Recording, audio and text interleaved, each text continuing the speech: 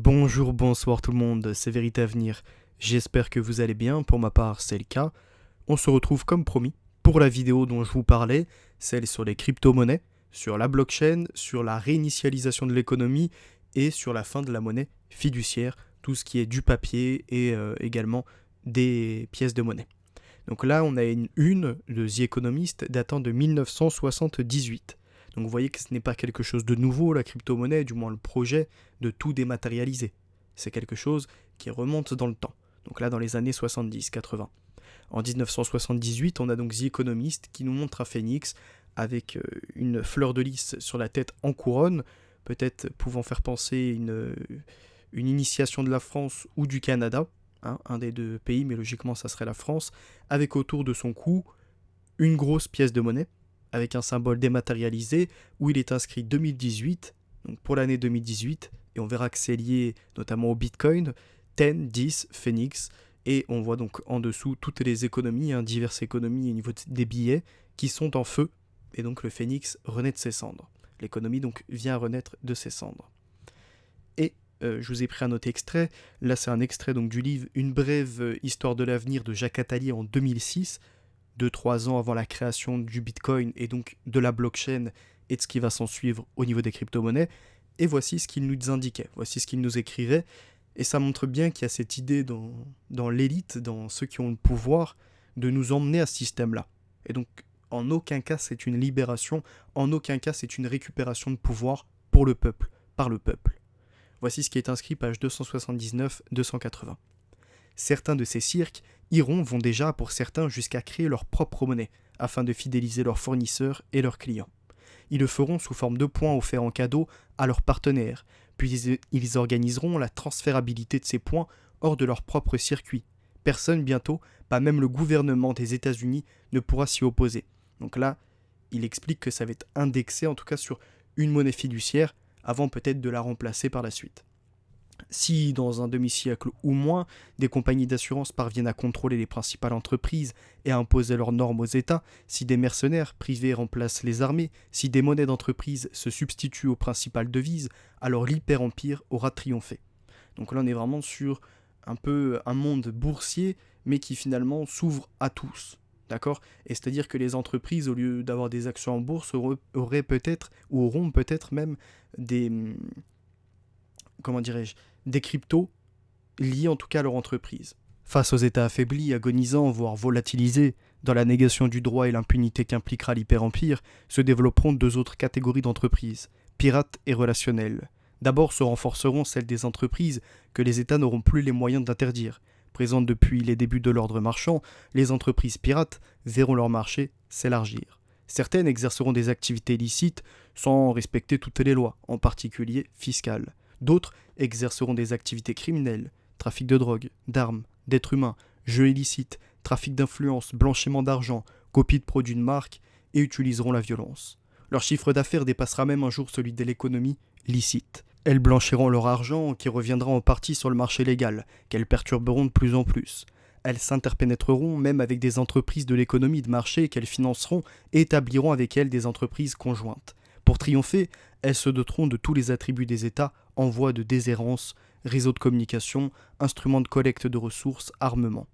Elles contrôleront les moyens d'information et en feront un instrument de propagande et de mensonge à leur service par la peur et la corruption. Elles se doteront de systèmes de microfinance nourris par l'argent sale pour séduire et financer les plus déshérités. Elles seront aussi, on le verra au chapitre suivant, les acteurs clés et les initiateurs de la deuxième vague de l'avenir, celle de l'hyperconflit. Ensuite, en réaction contre ces contradictions de la globalisation marchande, des entreprises à but non lucratif, relationnelles, viendront exercer certaines des fonctions que les États ne sauront plus remplir. Les ONG, les fondations du Sud et du Nord en font déjà partie. Passons maintenant donc à l'écosystème financier des crypto-monnaies. Pour ses défenseurs, le Bitcoin peut constituer une véritable bénédiction, que ce soit pour effectuer des transactions, se prémunir face à une monnaie nationale chancelante ou encore pour investir. Objet de toutes les convoitises, cette monnaie virtuelle a été créée dans le sillage de la crise économique de 2007 et sa valeur était quasiment inexistante. L'objectif était de sécuriser les transactions et d'assurer l'anonymat des utilisateurs. Et on va voir que aujourd'hui ce n'est plus le cas, au moins pour le deuxième point. Après, selon Jameson Lopp, ingénieur logiciel chez BitGo, le Bitcoin sera évalué à plus de 200 000 euros d'ici 2020. Donc là, il s'est complètement trompé sur sa prévision. Mais cette envolée spéculative, parce qu'il s'agit ici seulement d'un marché pour la majorité de spéculation, de bulles, n'est pas sans rappeler la bulle de la tulipe au début du XVIIe siècle, dont le prix des bulbes a augmenté de 5900% en quelques années avant de s'effondrer en l'espace de quelques semaines. Pour Jean Tirole, qui a obtenu le prix Nobel d'économie en 2014, l'histoire se réitère et le Bitcoin est une bulle, et son prix tombera à zéro si la confiance des utilisateurs disparaît. D'autres, au contraire, considèrent la crypto-devise comme l'étalon or 2.0, à l'image de Jack Dorsey, PDG de Twitter et cofondateur d'une entreprise de paiement électronique, qui a affirmé que la crypto-monnaie deviendra l'unique monnaie utilisée dans le futur. La crypto-monnaie, donc, parenthèse, la crypto-monnaie, oui, la crypto-monnaie d'État plus précisément. Toutes les crypto-monnaies actuellement sur le marché sont des crypto-monnaies de spéculation et de bulles. D'accord ? C'est-à-dire que c'est pour faire de l'investissement, pour pourquoi pas défiscaliser quelque part son argent en faisant des transactions par des wallets dits anonymes, même s'ils ne sont pas anonymes et on le verra par la suite. Mais une fois que tout cet argent doit revenir dans le marché fiduciaire, ou du moins doit revenir en tout cas dans le marché des banques traditionnelles, de l'économie traditionnelle, donc l'euro, le dollar, le yen et compagnie, à ce moment-là, tout est taxé sur les bénéfices. Et donc ça va être une grosse perte pour beaucoup de personnes. Mais les bitcoins sont rares, le nombre maximal pouvant être miné étant limité à 21 millions. Donc on reviendra aussi sur le minage, ce que c'est, et comment ça peut dérégler en tout cas le marché. La Commission européenne exige du secteur des crypto-monnaies plus de transparence et de traçabilité, de quoi faire hurler les utilisateurs de ces milliers de monnaies numériques dont la plus connue est le Bitcoin. Le 14 mars 2022, le Parlement européen a décidé de réglementer les crypto-monnaies avec un nouveau texte nommé MiCA, Market in Crypto Assets.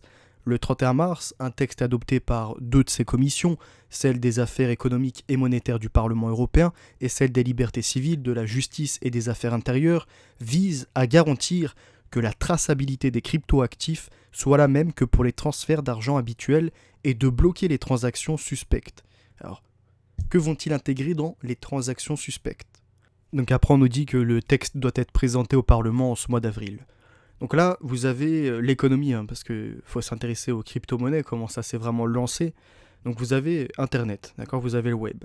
Vous avez le web surfacique qu'ils appellent, le web visible, quoi, le web profond et le web sombre, donc darknet. D'accord ? Vous avez donc le web plus, entre guillemets, underground, le deep web et le darknet, si ça vous parle plus avec les termes anglais. Dans le web visible, vous avez tout ce qui est Google, Facebook, Yahoo et d'autres moteurs de recherche. Puis après, vous avez le web un peu plus underground, qui est moins référencé, avec 4chan, The Pirate Bay notamment, et d'autres qui existent. Puis vous avez le deep web, donc là qui est un peu moins référencé, voire pas du tout référencé, avec Tor notamment, pour accéder à ces sites en .union. Et ces sites en .union sont des fois accessibles qu'à certaines communautés, qui se partagent donc l'URL, le lien seulement entre eux. Et puis, vous avez d'autres sites qui ramènent à des plateformes ou qui ramènent directement à d'autres sites encore pour pouvoir acquérir des biens illicites. Et donc vous avez des trafiquants d'armes, des trafiquants de drogue, des trafiquants également en tout genre, qui peuvent même proposer des services criminels, et également tout ce qui est des trafiquants humains aussi et des trafiquants de réseaux pédocriminels. Donc vous avez vraiment toute cette strate en tout cas de la criminalité.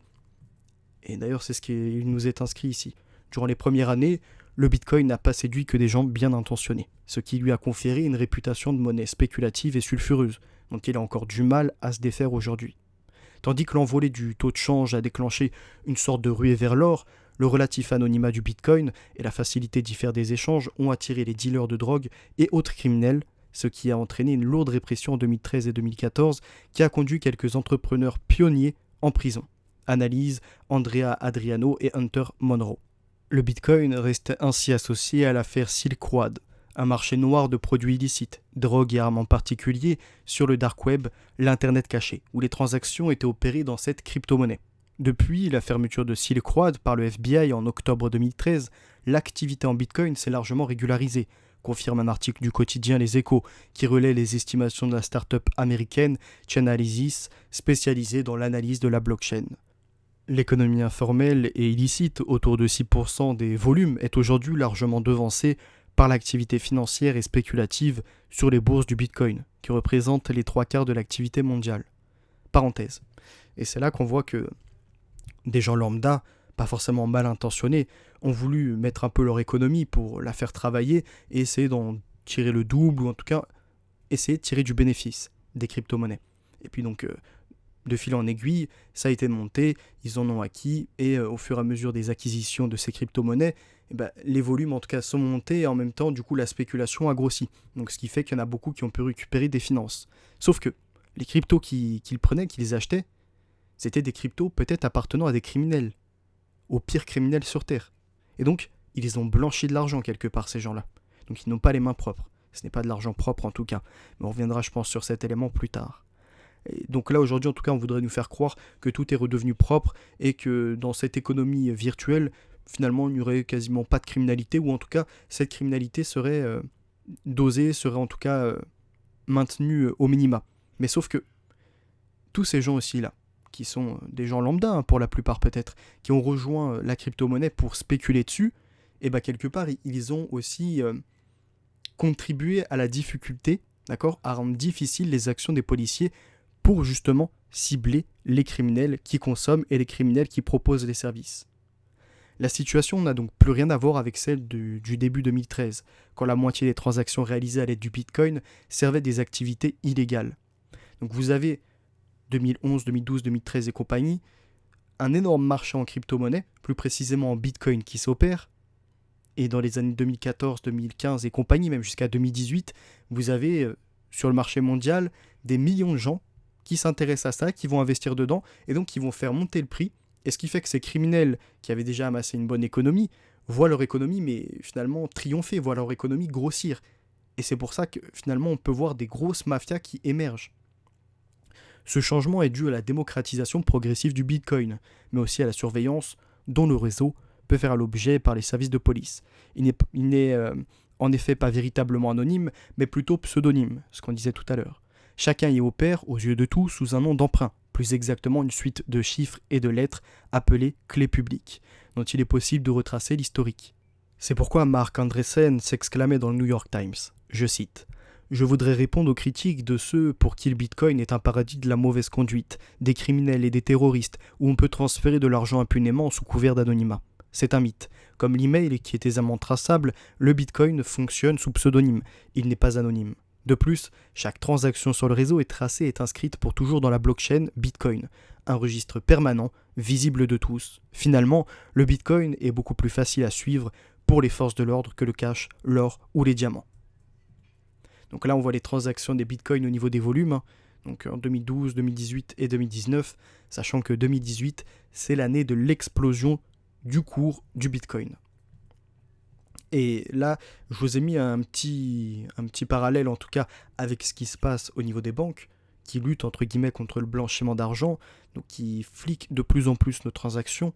Par exemple, vous vendez une voiture, vous êtes obligé de déclarer le montant et compagnie, d'accord, pour pouvoir percevoir les fonds au niveau de votre banque. Qu'entre guillemets, ça ne soit pas du blanchiment d'argent et compagnie. La conciliation des obligations de lutte contre le blanchiment d'argent et d'autres obligations destinées à protéger des libertés individuelles a pu paraître parfois délicate. Le débat est désormais dépassé. Les obligations de lutte contre le blanchiment priment, sous certaines conditions, sur les libertés fondamentales.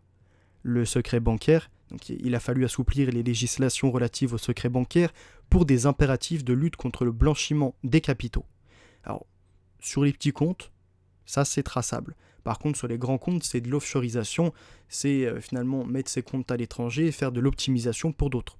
Donc, tous ces gens-là sont tranquilles. Encore une fois, c'est pour les petites gens, les gens lambda. Les professionnels bancaires ont ainsi souvent la possibilité de communiquer les informations nominatives sur leurs clients. La 3e directive européenne a posé les échanges d'informations entre les établissements de crédit. De fait, les dispositions relatives au secret bancaire sont dépassées dans de nombreux domaines. On voit, encore une fois, des directives européennes passer au-dessus de nos lois nationales. Ainsi, la CNIL, Commission nationale de l'informatique et des libertés, autorise un régime dérogatoire pour les systèmes de traitement de données liés à la lutte contre le blanchiment et contre le financement du terrorisme. Le droit au compte, qui permet à la Banque de France d'imposer à un client un établissement de crédit pour la tenue de son compte, peut en pratique poser quelques difficultés au regard de la mise en œuvre par les banques des dispositions de lutte contre le blanchiment. En effet, de nombreux établissements de crédit rompent dorénavant les relations avec un client qui a fait l'objet d'une déclaration de soupçon afin de ne pas se voir reprocher dans le cadre d'une enquête pénale pour blanchiment d'argent, d'avoir continué à mettre à disposition du blanchisseur les moyens d'accomplir le délit. Et donc là, on va arriver petit à petit finalement à ces banques qui vont être notées, qui vont avoir une notation sur leur crédibilité, si on peut dire ça comme ça, sur leurs fonds, sur leur nombre de personnes qui font partie, sur leur lutte contre le blanchiment, leur lutte contre le financement de certaines organisations ou de certaines personnes. Et donc il y a des personnes qui vont se voir totalement interdites bancaires, ce qui est déjà le cas aujourd'hui, hein. Mais là ça va être phénoménal, si on peut le dire. Ainsi, la Banque de France peut théoriquement imposer à des établissements de crédit ou à des établissements de paiement des clients qui ont déjà fait l'objet de déclarations de soupçons de la part d'autres établissements. Et donc là, je vous mets les montagnes russes par rapport au Bitcoin. Donc vous voyez, hein, les années en amont de 2017 où c'était très très léger, et d'un coup 2017, promotion par les influenceurs et compagnie, des gens qui rentrent sur ce marché, des gens qui commencent à tirer des bénéfices, et donc tous les médias titrent de partout, blockchain, crypto-monnaie, Bitcoin et compagnie. Donc ça fait monter le cours du Bitcoin.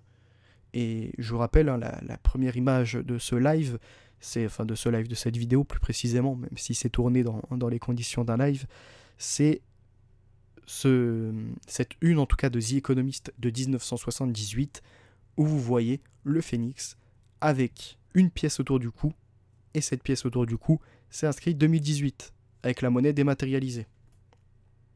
À quel moment ça pète? En 2018. Ça monte, puis après ça redescend, et tout le marché spéculatif, les gens s'intéressent de plus en plus du Bitcoin, Ethereum, Litecoin et compagnie, Ripple, Zincoin pour d'autres arnaqueurs encore, et du coup, au final, beaucoup de personnes maintenant ont leur fonds dans ces cryptos, dans ces cryptos actifs.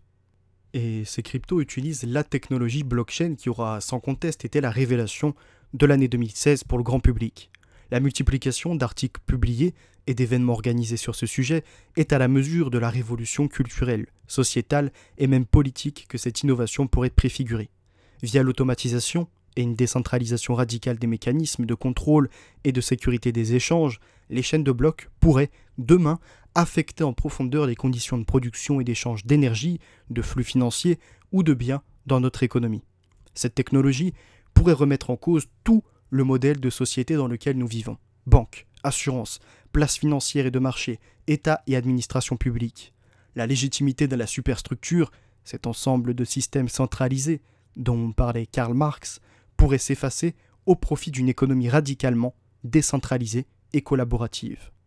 Dans le domaine de l'énergie, le jour, imaginé par Jérémy Rifkin, où producteurs et consommateurs ne feront plus qu'un au sein de communautés locales et de production d'énergie fédérées dans des réseaux intelligents, ou smart grids, vendant ou achetant de l'électricité ou des énergies renouvelables en fonction de leurs besoins, ne paraît plus si éloigné. Et en effet, on le voit déjà même avec les compteurs Linky par exemple, qui interconnectent tout le monde finalement, d'accord, qui viennent à donner en temps réel notre consommation d'énergie, qui vient même à se connecter à certains appareils pour retransférer de l'énergie, d'accord, au sein de notre domicile. Et puis maintenant, vous avez de plus en plus d'éoliennes, de panneaux solaires et compagnie qui sont utilisés même au domicile des gens. Et donc ils stockent de l'énergie et certaines fois revendent leur énergie, notamment à EDF et d'autres fournisseurs d'énergie. Le gouvernement français a donc été pionnier en Europe dans la reconnaissance légale de la blockchain pour certains types de transactions. Et là, je reviendrai sur la blockchain et sur l'État français qui s'y intéresse depuis très longtemps maintenant dans une autre vidéo. Et on verra que la Banque de France, elle-même depuis 2017, même un petit peu avant, s'intéresse à la crypto et s'intéresse à la blockchain plus précisément. Les petites et moyennes entreprises peuvent désormais émettre des mini-bons, des instruments de dette transmissibles dont l'échange pourra reposer sur des chaînes de blocs. En outre, le droit sera adapté au cours de l'année 2017 afin d'autoriser l'émission et la transmission des titres financiers non cotés en utilisant la blockchain. Le programme d'investissement d'avenir, dans son volet Grand Défi PIA 3, qui prévoit l'encouragement aux technologies de demain comme l'intelligence artificielle, peut également être mobilisé pour financer des projets liés à la blockchain. De même que l'essor d'Internet depuis le début des années 1990 a transformé radicalement notre quotidien, une nouvelle technologie promet aujourd'hui de bouleverser la société, l'économie, la politique, avec autant d'ampleur et de nous faire à nouveau changer d'époque. Son nom, la blockchain. Comme il y a 20 ans, le mot Internet, ce terme technique anglais nous semble obscur aujourd'hui, mais nous paraîtra naturel demain. De quoi s'agit-il exactement ? Avant tout, d'une technologie qui permet de faire des transactions en ligne sans intermédiaire. De façon plus complète, elle peut être définie comme un registre de transactions numériques décentralisé au sein de tous les ordinateurs des membres du réseau, que chacun d'entre eux peut consulter, valider et compléter avec ses propres transactions en suivant des règles cryptographiques qui garantissent que seules des informations authentiques sont ajoutées. Comme Internet, son fonctionnement technique est un peu plus complexe à appréhender, mais qui, à part les informaticiens, sait comment marchent les protocoles TCP/IP, par lesquels nous transférons les données sur le net, ou HTTP, grâce auxquels nous naviguons en ligne.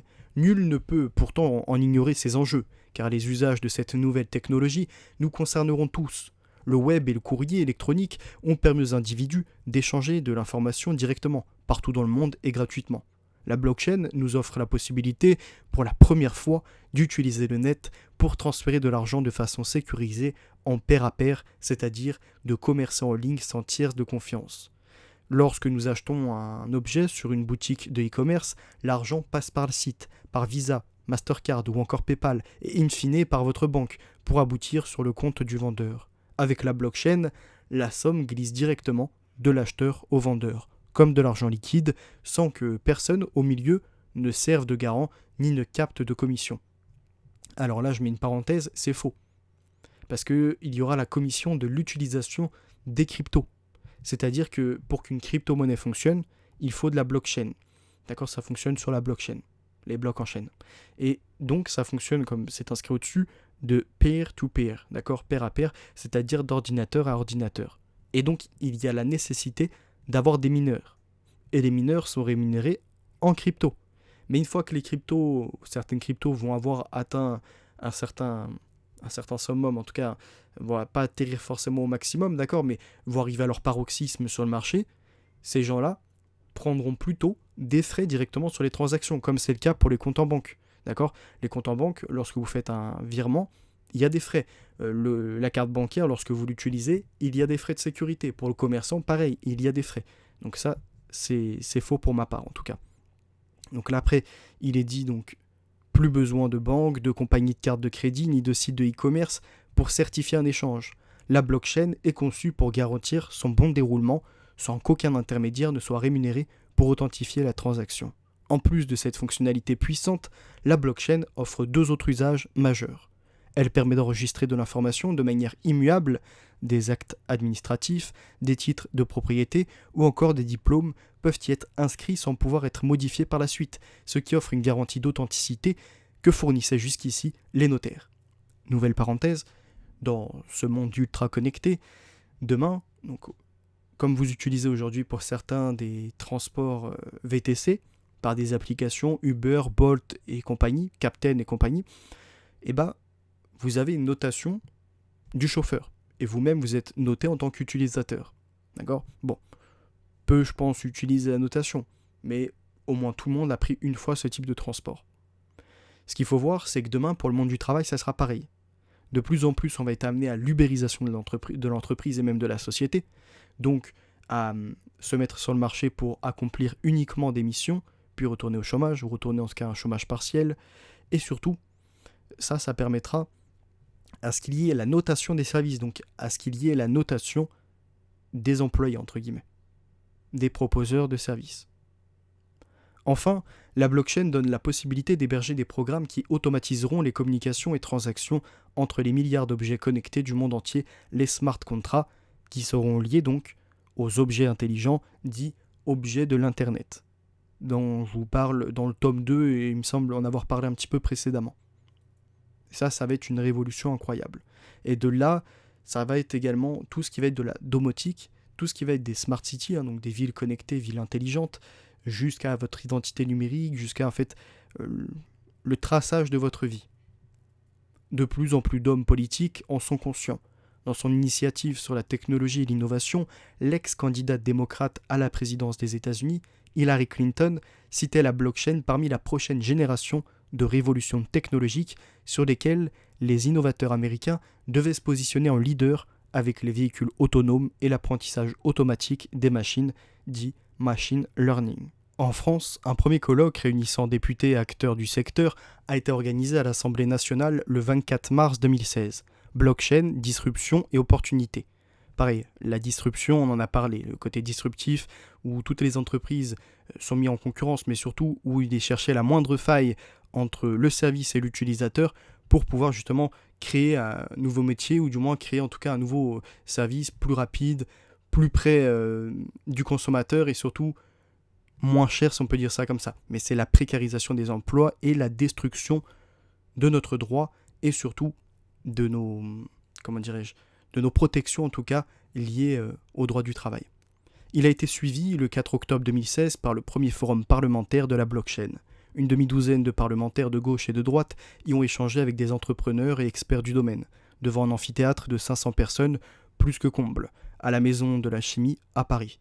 La blockchain est-elle aussi révolutionnaire qu'Internet ? Oui, j'en ai l'intuition, a déclaré en préambule Jean Launay, député PS du Lot. Présente également, la socialiste Corinne Herrel, députée des Côtes-d'Armor, partage la même conviction. Je considère que c'est une des innovations ou des révolutions parmi les plus importantes actuellement.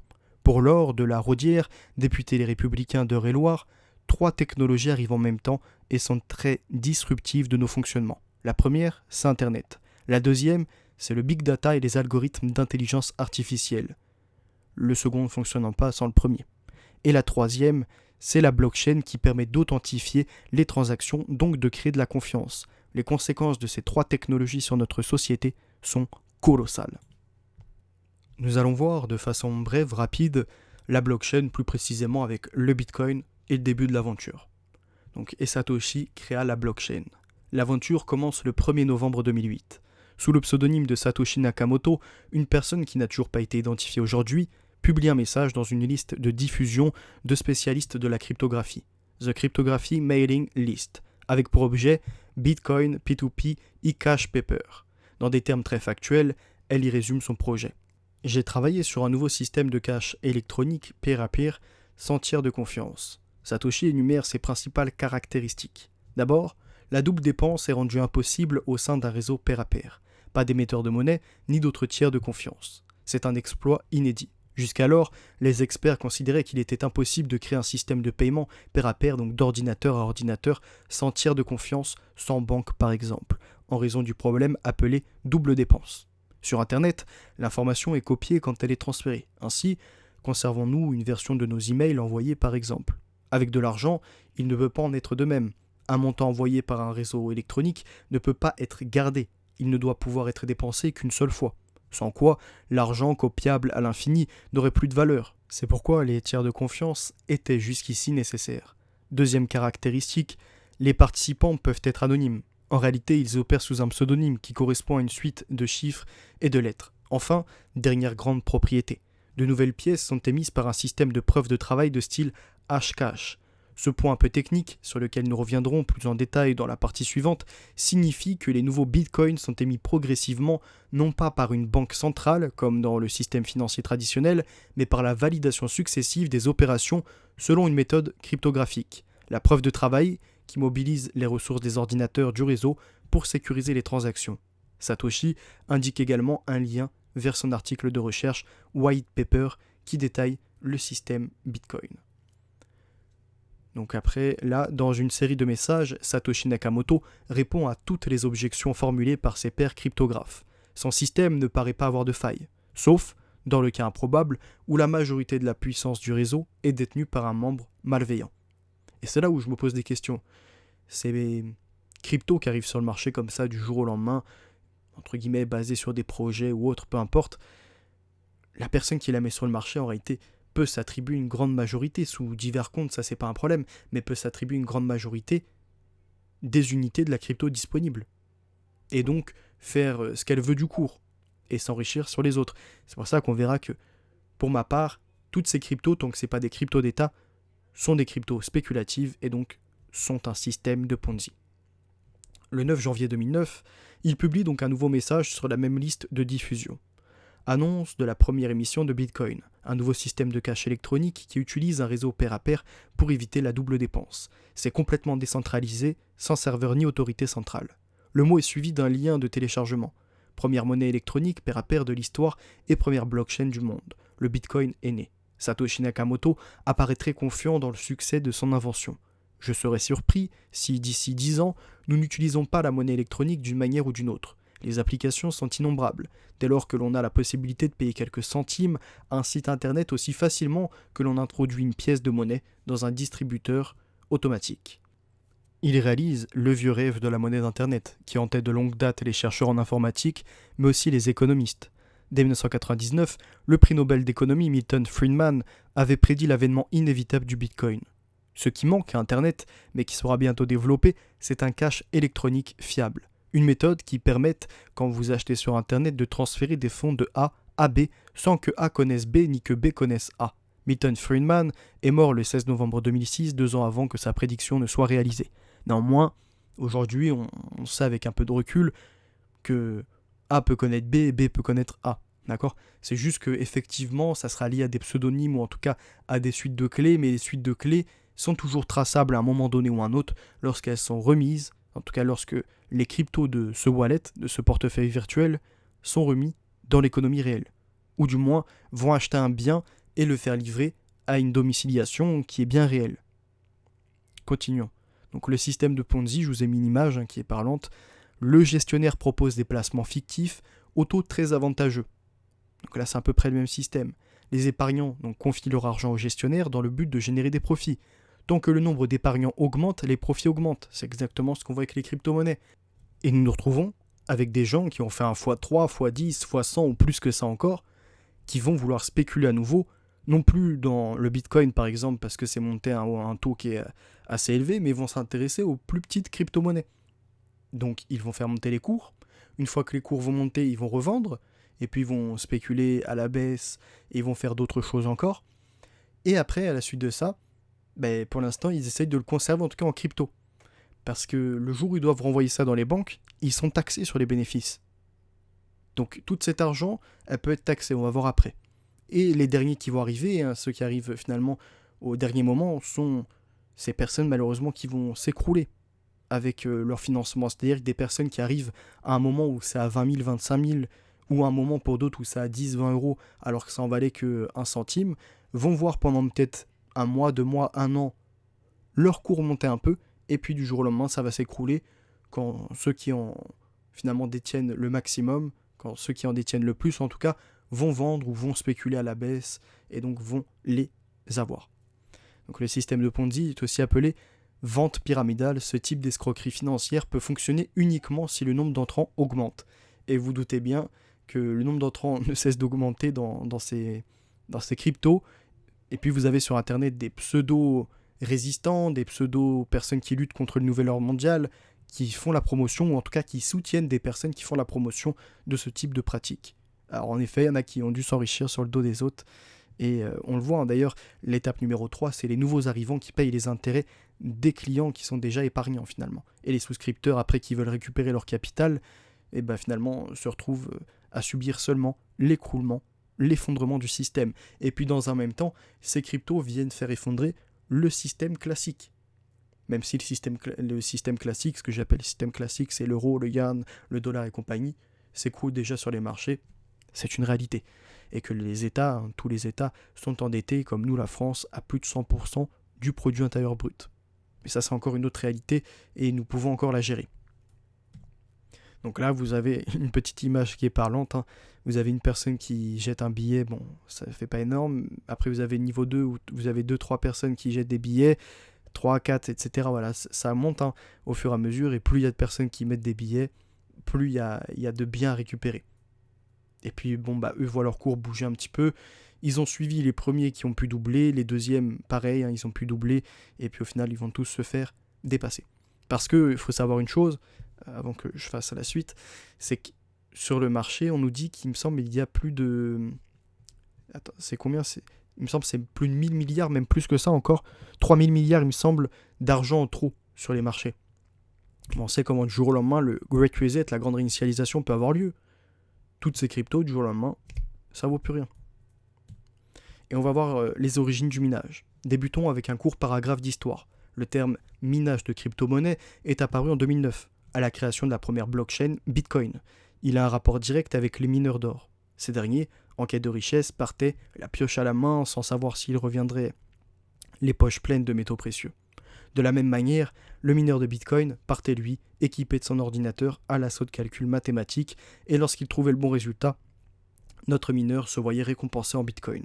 Aujourd'hui, le minage a bien évolué, si bien que miner avec son ordinateur personnel, même si techniquement possible, n'a plus d'intérêt économique, il existe désormais des machines spécialisées pour cette tâche, les ASICs ou les RIGs.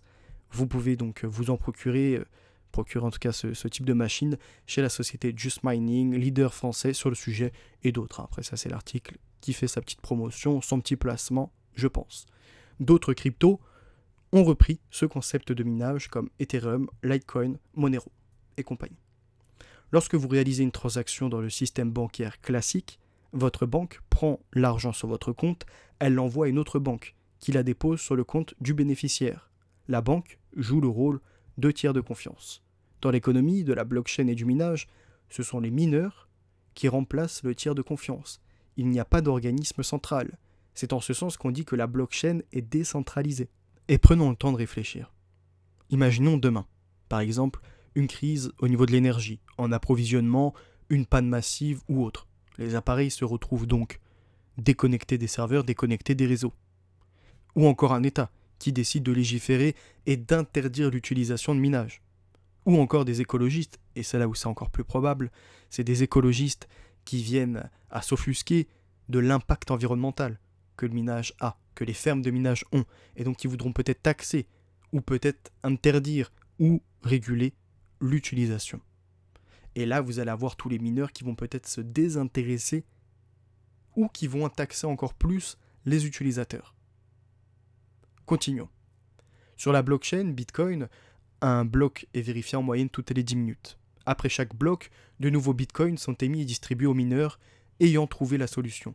Aujourd'hui, ce sont 12,5 bitcoins qui sont émis par bloc. Ce chiffre diminue dans le temps. Il est divisé par 2 tous les 210 000 blocs, représentant environ 4 ans. Ce phénomène s'appelle le halving. Le prochain halving aura lieu en mai 2020, donc logiquement il a eu lieu. Mais les nouveaux bitcoins émis ne sont pas la seule source de rémunération des mineurs. Ces derniers touchent également les frais des transactions confirmées sur les réseaux. Bah étrange, tout à l'heure on nous disait qu'il n'y avait pas de frais. Et là, on va voir qu'ils font une autre pratique. Pourquoi faire du coin burn ? Vous allez me dire, c'est quoi le coin burn ? Bah on va voir ça à l'instant. Le coin burn est une opération qui consiste à détruire des unités de crypto-monnaie. Cela peut paraître contre-intuitif, surtout vu le prix que certaines atteignent aujourd'hui et l'énergie nécessaire pour leur production, mais c'est en fait un raisonnement assez logique pour les mineurs. Il s'agit pour eux de limiter le nombre d'unités de crypto-monnaie en circulation, afin de pouvoir faire augmenter leur prix. En effet, plus quelque chose est rare, et plus cette chose prend de la valeur. La destruction volontaire de ces unités permet donc de tirer artificiellement les prix vers le haut. Donc à nouveau, c'est une démonstration de ce marché spéculatif. Comment se déroule le coin burn ? La destruction de billets réels est quelque chose de facile à imaginer, mais comment arriver à un tel résultat avec des crypto-monnaies ? Alors il faut savoir que les billets sont détruits au bout d'un certain nombre d'années, et c'est pour éviter qu'il y ait trop de liquidités sur le marché, et surtout pour que la Banque Centrale Européenne puisse réémettre des titres. C'est pas forcément pour spéculer, même si après l'argent qui va être versé aux États permet de financer certaines entreprises ou autres qui vont spéculer avec. Le coin burn est finalement une pratique assez simple. Il suffit pour les personnes en charge du coin burn d'envoyer une quantité déterminée d'unités de crypto-monnaie sur une header adresse mangeuse, c'est-à-dire un portefeuille de crypto qui n'appartient à personne et qui est verrouillé. Le portefeuille en question est une adresse qui n'a pas de clé, ce qui fait que personne ne pourra jamais accéder aux cryptos qui y sont stockées et qu'elles sont comme détruites. Les adresses de ces portefeuilles sont publiques et les transactions sont consultables par tout le monde. Il n'y a cependant pas que des avantages au coin burn. La pratique ne garantit pas à elle seule que les crypto-monnaies restantes vont prendre de la valeur, notamment si la blockchain n'est pas très connue, et les bénéfices associés ne durent pas forcément dans la durée. Après le coin burn de Stellar, en 2019, la valeur du BLM est progressivement redescendu, jusqu'à atteindre à nouveau le niveau d'avant le burn et même d'aller plus bas. Combien de bitcoins possède Satoshi Nakamoto ? On ne sait toujours pas qui il est, ni même s'il s'agit que d'une seule personne, mais Satoshi Nakamoto, le créateur du bitcoin, pourrait être un homme richissime. Selon les estimations, il aurait miné un nombre de bitcoins compris entre 700 000 et 1 million d'unités. Vous voyez que ces personnages, en fait, ils peuvent faire varier les cours du jour au lendemain. Au cours actuel, et si Satoshi Nakamoto possède encore l'ensemble des bitcoins minés, il serait potentiellement dans le top 15 des 20 plus grandes fortunes du monde. L'imposition des plus-values de vente de crypto-monnaies. Oui, c'est intéressant de se pencher dessus aussi. Beaucoup de personnes sont tombées dans la folie des cryptos, oubliant que ça allait être imposé, oubliant qu'ils allaient être tracés, oubliant qu'ils faisaient également le jeu de cet ordre mondial. Lorsqu'elles relèvent d'une pratique habituelle, les plus-values de cession d'actifs numériques, bitcoin ou autres crypto-monnaies, sont imposées au titre des bénéfices industriels et commerciaux. En revanche, les gains réalisés à titre occasionnel par les particuliers lors de la cession de crypto-monnaies bénéficient depuis la loi de finances pour 2019 d'une fiscalité adaptée, présentée par une actualité du 2 septembre 2019 de BOFIP, impôt, bulletin officiel des finances publiques, impôt. Ainsi, conformément à l'article 150 VH bis du Code général des impôts, la plus-value globale réalisée dans l'année est imposable si le total des cessions est supérieur à 305 €. Les gains sont alors soumis au prélèvement forfaitaire unique. Ils sont imposés à un taux global de 30%, soit 12,8% au titre de l'impôt sur le revenu et 17,2% au titre des prélèvements sociaux. Le montant global de la plus-value ou moins-value de l'année doit être porté à la déclaration annuelle des revenus, accompagnée du détail des opérations. Réguler les transactions en crypto-monnaie, c'est comme si on voulait tracer l'argent liquide. Pour certains, c'est un Far West économique qu'il faut réguler. Pour d'autres, c'est un territoire numérique empreint de liberté qui souffre de clichés. Dans les crypto-monnaies, la Commission européenne cherche à siffler la fin de la récré en édictant des règles pour notamment mettre fin à l'anonymat des transactions. Claire Balva, directrice blockchain et crypto chez KPMG France, explique les enjeux et l'impact pour le secteur. Les crypto-monnaies, comme Ether, Bitcoin, sont très traçables mais ne sont pas censurables. En clair, il y a une traçabilité qui est faite sur les infrastructures blockchain, mais vous ne pouvez pas empêcher une transaction. Le principe de ces technologies, c'est un fonctionnement de pair à pair. Donc on l'a vu d'ordinateur à ordinateur. L'Europe, tout comme les États, ne peut pas réguler les cryptos, uniquement les intermédiaires. Donc on nous explique que comme les cryptos ne sont pas régulables, c'est les intermédiaires qui vont être régulés. Mais les cryptos, c'était pas justement pour se passer des intermédiaires. Et c'est là qu'on voit qu'en fait, c'est très malin de leur part. Il n'y a pas d'anonymat, c'est plus traçable que toute autre chose encore sur le marché, que ce soit l'économie de compte à compte au niveau de la banque ou encore au niveau de l'argent papier, qui est encore la liberté et quelque part la possibilité de garder une vie privée. Et là, on nous dit que les intermédiaires vont finalement se faire taper sur les doigts. Et les intermédiaires, c'est les plateformes qui permettent d'acquérir les cryptos et qui permettent de les retransférer en argent réel. D'accord ? Parce que pour moi, c'est pas de l'argent réel, toutes les cryptos. Aujourd'hui, elles cherchent à réguler les plateformes d'échange qui permettent à beaucoup de gens d'acheter ces monnaies numériques et vice-versa, de les retransférer vers de l'argent réel. Mais il est toujours possible, pour les initiés, de ne pas passer par une plateforme. On peut passer par un ledger, ce sont des portefeuilles non hébergés. C'est comparable à un portefeuille qui ne contiendrait que de l'argent en espèces. Et donc dedans, vous avez Ledger, MetaMask et compagnie qui permettent de garder un certain anonymat. Quelles mesures font polémique ? Celles sur la traçabilité des portefeuilles non hébergés par des plateformes. L'idée est d'obliger les plateformes à vérifier l'identité des personnes qui sont derrière ces portefeuilles. Par exemple, si je crée un compte sur une plateforme et je souhaite envoyer des fonds sur mon Ledger, la plateforme serait désormais obligée de procéder à une identification pour savoir d'où viennent ces fonds. Cela revient à vouloir tracer l'argent en espèces à titre d'exemple. Ce qui est scandaleux avec ça, c'est ce traçage et c'est ces gens qui sont lancés dedans quelque part. Parce que du coup, d'un anonymat, ils sont passés à une ultra-surveillance. Et demain, en plus de ça, lorsque l'on voudra finalement faire des changes, on sera taxé au maximum, parce que là il était question qu'il n'y ait pas d'intermédiaire, mais c'est totalement faux. L'intermédiaire, on le voit, ce sont ces plateformes qui permettent de passer de l'euro, du dollar, etc. à ces cryptos, et même de passer d'une crypto à une autre crypto. Passons à la suite. N'oublions pas que le monde de Davos s'installe avec le monde de la peur. Les billets de banque peuvent-ils transmettre le coronavirus ? Ça a été titré un peu partout. Et qui pourrait avoir un peu peur de cette information ? Si ce n'est les anciens, qui utilisent beaucoup le cash, comparé aux jeunes. Les jeunes aujourd'hui, c'est la carte à tout va. Mais c'est les anciens qui utilisent beaucoup le cash en général. Et du coup, la crainte que les espèces transmettent un virus revient à chaque épidémie et menace la survie du paiement en cash. De nombreuses études sont pourtant rassurantes. Alors pourquoi les médias se font pas l'écho de ces études rassurantes plutôt que l'écho de ces inquiétudes irrationnelles ? Mais cela ne cacherait peut-être pas cette suppression des distributeurs automatiques, où on nous dit suppression de 2155 distributeurs automatiques de billets. Selon une étude de 2019 mise à jour par la Banque de France fin juillet, plus de 2000 distributeurs automatiques de billets ont été supprimés sur le territoire français. Pourquoi une telle diminution ? Serait-ce le début de la fin du paiement en espèces ? Et comme ça coûte cher de maintenir un distributeur automatique, et qu'il y en a de moins en moins, donc du coup, ça fait que finalement, les services sont peut-être un peu plus chers encore. Du coup, ça justifie la suppression. Et puis, on nous dit que le paiement par carte bancaire a été privilégié, et ce qui est une réalité. Qui n'a pas acheté sur Internet au cours de ces 6 derniers mois ? Lève la main, entre guillemets, ou jette la première pierre. Je pense qu'on a tous au moins une commande sur Internet, voyez-vous. Alors que l'on pourrait se rendre dans le magasin, par exemple, si on utilise la plateforme Amazon, se rendre dans le magasin et prendre une carte cadeau qu'on achète en cash. On fait fonctionner le cash. Ça évite ces paiements en CB, même si ça revient au même à la fin, parce que ça donne un code de ces cartes cadeaux qu'on rentre sur le site internet. Je vous l'accorde. Mais ça permet de continuer à ce qui est transactions en cash.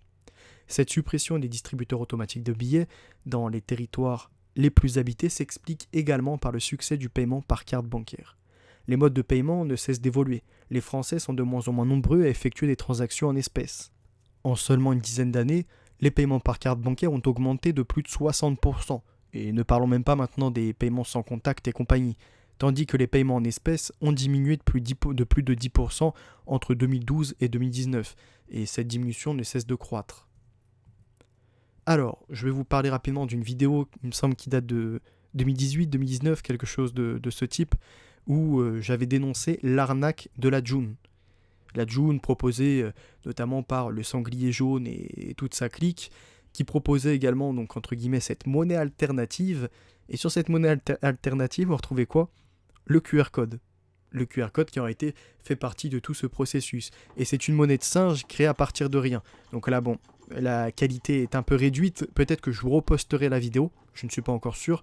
Mais on avait Sanglier Jaune, comme je vous dis, qui faisait la promotion d'un prototype de billet papier en monnaie libre ici en Ardèche et compagnie et blablabla, avec les gilets jaunes et autres activistes pour un marché local d'échange en monnaie libre. Alors, la monnaie locale, oui, c'est intéressant. Une monnaie locale maintenant basée avec des QR codes et compagnie qui mènent sur Internet, où au final tu es obligé donc d'avoir un téléphone ou un ordinateur, un accès à Internet, également être dépendant d'une plateforme de change donc qui peut être hackée à tout moment si vraiment elle venait à déranger les autorités et même à déranger les plus puissants. Bref, passons. Et la monnaie que vous créez, où justement il mettait que sur cette image, vous enlevez du boulet de canon, enfin du moins du boulet qui vous tire vers le sol, de l'euro, du dollar, du livre et compagnie. Mais la monnaie que vous créez, si vous la créez à partir de rien, ça vaut que chi. Et j'avais montré toute l'arnaque qui suivait derrière, où il disait que c'est pas indexé sur l'euro, que c'est indexé sur aucune monnaie. D'ailleurs, chacun lui donne un peu la valeur qu'il veut. Donc c'est vous dire la folie. Et puis d'ailleurs, j'ai dénoncé donc l'infrastructure qui était défaillante, mais également le système de certification qui pouvait être défaillant, le fait que des personnes mal intentionnées puissent en tout cas accumuler de la June, la laisser de côté pour qu'elle soit détruite et finalement faire de ce marché un marché spéculatif, et tous les autres qui ont profité de la faiblesse des gens faisant partie des gilets jaunes notamment, et qui leur ont dit, regardez, moi j'ai déjà accumulé, je donne un exemple, 20 June, si tu veux je te les vends à 15-20 euros, comme ça tu vas pouvoir les utiliser. Sauf que l'utilisation de la June est très très limitée. Et donc les personnes, certaines, et c'est créé à partir de rien. C'est ça qui est incroyable. C'est-à-dire que les premiers de la veille, si on peut dire ça comme ça, ceux qui sont intéressés en amont à cette crypto spéculative aussi, ont accumulé comme ça sans rien faire, hein, sans miner, non, sans rien. De jour en jour, ils ont accumulé un peu de cette June, et puis à la fin, ils se sont amusés à la revendre à des personnes qui en tout cas voudraient sortir du système. Mais on sait très bien qu'on ne sort pas du système, surtout quand au final, chacun y met le prix qu'il veut, d'accord, donc c'est indexé sur rien, chacun lui donne le prix qu'il veut, et finalement on va revendre des produits du marché classique au même prix en June, d'accord, donc ils vont l'indexer à 1 pour 1. Bref, et on voit que les cryptos intéressent les États, ce que je vous disais, ça faisait partie de cette ancienne vidéo, donc c'est pas hier que je me suis levé, je me suis dit tiens je vais parler des cryptos, non ça fait un moment que je dénonce ces cryptos. Au point que certains envisagent de créer leur propre monnaie numérique, ce qui pourrait transformer radicalement le système bancaire. Alors que les monnaies numériques privées telles que le Bitcoin font chaque jour l'actualité, des États comme la Chine et la Suède étudient la possibilité de créer une monnaie numérique de banque centrale, en anglais Central Bank Digital Currency ou CBDC. L'objectif de cette nouvelle forme de monnaie ? Complémenter ou éliminer totalement les billets de banque et les espèces. Les CBDC pourraient révolutionner non seulement la façon dont l'argent est créé et distribué, mais aussi le système bancaire tel que nous le connaissons actuellement, composé d'une banque centrale et de banques commerciales. Quelque part, ça rejoint un peu, vous ne posséderez rien, ou du moins le minimum, et ça viendra limiter la possibilité d'épargner, de mettre de côté et de former un capital. Donc il y aura certainement une taxation sur le capital ou une redistribution d'un pourcentage des richesses accumulées. Ce qui ne posera pas de problème aux plus riches parce qu'en réalité ils continueront à en accumuler et ça pour eux ce sera que des miettes, mais ça sera pour les classes intermédiaires et un peu plus aisées qui se retrouveront finalement complètement lésées. Pourquoi des CBDC ? Donc les CBDC on rappelle, c'est Central Bank Digital Currency et donc c'est une monnaie numérique de banque centrale. Les banques centrales envisagent l'introduction des CBDC pour plusieurs raisons. Premièrement, les considérations de coût jouent un rôle. Pour les banques centrales, les billets de banque et les pièces de monnaie sont chers à produire, distribuer, gérer et remplacer. Le coût de la production et de la gestion de petites pièces dépasse leur valeur nominale, jusqu'à 4 fois pour les pièces de 1 à 2 cents. Donc jusqu'à 4 fois pour les pièces de 1 à 2 centimes. Et c'est vrai que les pièces de 1, 2 centimes et 5 centimes sont inutiles. On devrait s'arrêter à 10 centimes, d'accord ? Et tout arrondir à 10 centimes près. Ce qui fait que ça serait peut-être plus intéressant. Alors certains ne vont pas forcément être d'accord, moi je pense qu'on aurait beaucoup à gagner sur l'économie. Par contre, il ne faut pas légitimer le paiement en carte bancaire, qui nous amène au paiement sans contact, au paiement avec téléphone, au paiement avec montre connectée, et la finalité, c'est la puce RFID.